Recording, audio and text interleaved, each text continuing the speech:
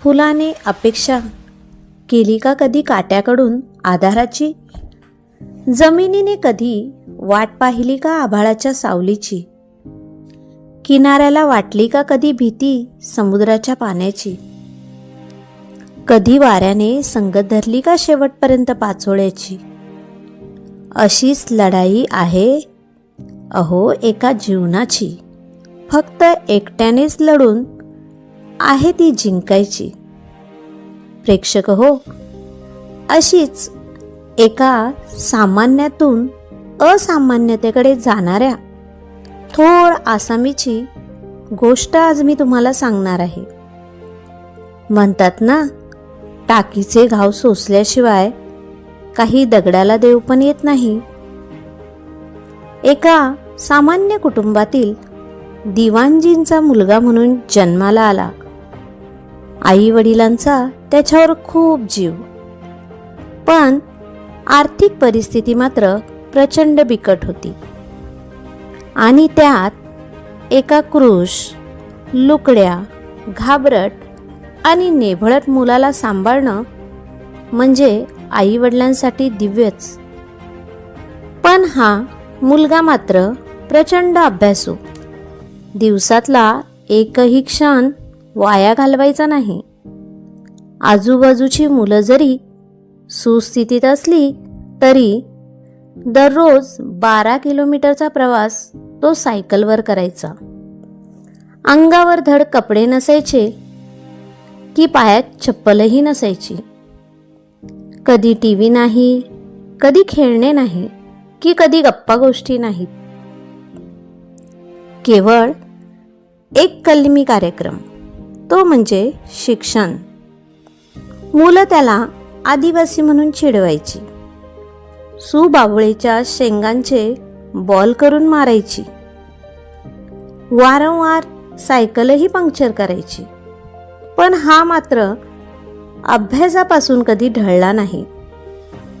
4थी 7वी scholarship, गणित प्रावीण्य, प्रज्ञाशोध, विज्ञान मंच, नॅशनल टॅलेंट सर्च, 10वीत 89% गुण, गणितात आउट ऑफ आउट मार्क्स, 12वी परीक्षेत PCBमध्ये 93% गुण आणि मेरिटवर MS आर्थो, MBBS DNB परीक्षेत पहिल्याच प्रयत्नात यश मिळवणारा हा मुलगा.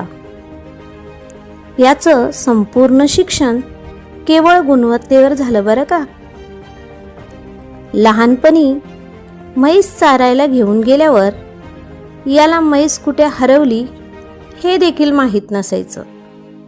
इतका अभ्यासात तो गुंग असायचा. पण त्याच्या उद्दिष्टांपासून मात्र तो कधीही दूर गेला नाही. MBBS, MS, DNB करताना 24 तास अभ्यास, पैशांची चणचण आणि PG करताना अहोरात्र पेशंटची सेवा, अशा संघर्षातून त्याने केलेला हा प्रवास. असं म्हणतात, लहरों से डरकर नौका पार नहीं होती, कोशिश करने वालों की कभी हार नहीं होती, कभी हार नहीं होती. अशा या प्रतिकूल परिस्थितीशी सामना करत एक दिवस या मुलाने 2001 साली 7 लोकांसह 10 बेडचं एक छोटंसं हॉस्पिटल सुरू केलं. आणि याच मुलाने अवघ्या काही वर्षात 2008 मध्ये आपले कष्ट, जिद्द आणि चिकाटीने 100 बेड असणारे, 370 स्टाफ असणारे, NABH हे शासनाचे सर्वोत्तम मानांकन असणारे पश्चिम महाराष्ट्रातील एकमेव हॉस्पिटल उभारले, जे आज आपण पायोस हॉस्पिटलच्या नावाने ओळखतो. आणि ही कर्तृत्ववान व्यक्ती म्हणजे आपले doctor Shri Satish Patil sir. Doctor Satish Patil सरांबद्दल सांगायचं म्हटलं तर शब्द देखील अपुरे पडतील असे अष्टपैलू व्यक्तिमत्व. सर आपल्या पंचक्रोशीतील एक नामांकित ऑर्थोपेडिक डॉक्टर म्हणून गेल्या अनेक वर्षापासून वैद्यकीय सेवेत कार्यरत आहेत. डॉक्टरी सेवा व्यवसायासोबतच सर उत्तम लेखक देखील आहेत. सरांच्या मृत्यूस्पर्श आणि मी अभिमन्यू या कादंबऱ्यांना अनेक साहित्य पुरस्कार मिळालेले आहेत. मनमर्मी, पैलतीर, परतायचे रस्ते केव्हाच बंद झालेत हे सरांचे उत्कृष्ट काव्यसंग्रह प्रसिद्ध आहेत. कोरोना विषाणू आणि ADHD एक भावविश्व या सरांच्या माहिती पुस्तिका प्रसिद्ध आहेत. कान्स चित्रपट महोत्सवासाठी सरांच्या मृत्यूस्पर्श या कादंबरीवर आधारित या गोष्टीला नावच नाही या चित्रपटाची निवड झाली होती. अशा प्रकारे ऑर्थोपेडिक सर्जन, उत्तम लेखक, एक शिक्षक, प्रभावी व्यक्तिमत्व, कुशल नेतृत्व अशी सरांची ओळख आहे. दिव्यत्वाची जेथे प्रचिती, तेथे कर माझे जुळती, तेथे कर माझे जुळती.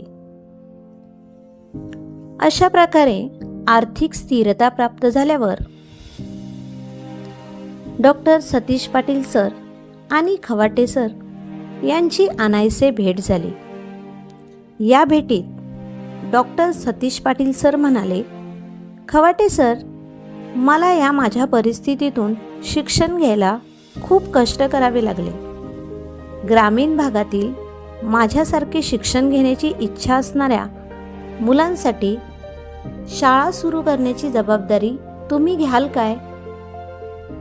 याच वेळेला दुसरीकडे माननीय श्री राजू शेट्टी साहेबांना शिवार संस्थेची शाळा सुरू करायची होती, जेणेकरून सामान्य कुटुंबातील विद्यार्थ्यांना उत्तम प्रतीचे शिक्षण घेता येईल.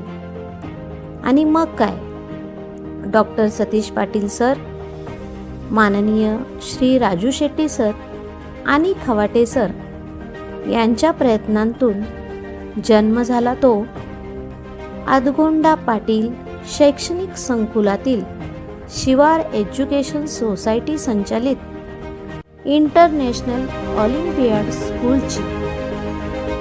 सुरुवातीला शाळा सुरू करायची तर जागेची अडचण होती, इमारत नव्हती. अशा वेळी डॉक्टर सतीश पाटील सर यांनी आपल्या पायोस अपार्टमेंटमधील 7 फ्लॅट शाळेकरिता दिले. आणि मग काय, टीम छोटी लेकिन हौसले बुलंद थे. आणि मग सोबत 5 शिक्षक आणि 13 विद्यार्थ्यांसोबत 1 मार्च 2023ला या शाळेची सुरुवात झाली.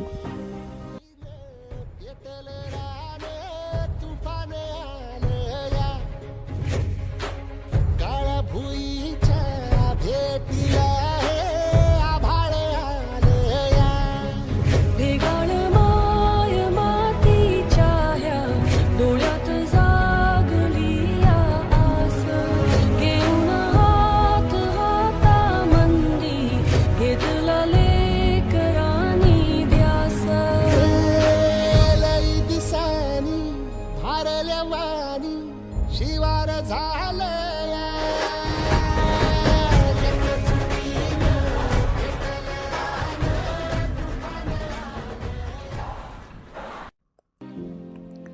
आज जी शाळेची प्रशस्त इमारत आपण पाहताय त्यामागचे कष्ट, जिद्द आणि चिकाटी खूप काही विचार करण्यासारखे आहे. अवघ्या 2च वर्षात प्रशस्त अशी प्रयोगशाळा, रोबोटिक्स लॅब, संगणक कक्ष, हवेशीर वर्गखोल्या, खेळासाठी प्रशस्त मैदान अशा सर्व भौतिक सुविधांयुक्त इंटरनॅशनल ऑलिम्पियाड स्कूल आपल्यासमोर उभे आहे. असा हा काट्यातून मार्ग काढत सुरू झालेला हा सगळा प्रवास थांबतो तो इथे इंटरनॅशनल ऑलिम्पियाड स्कूलजवळ.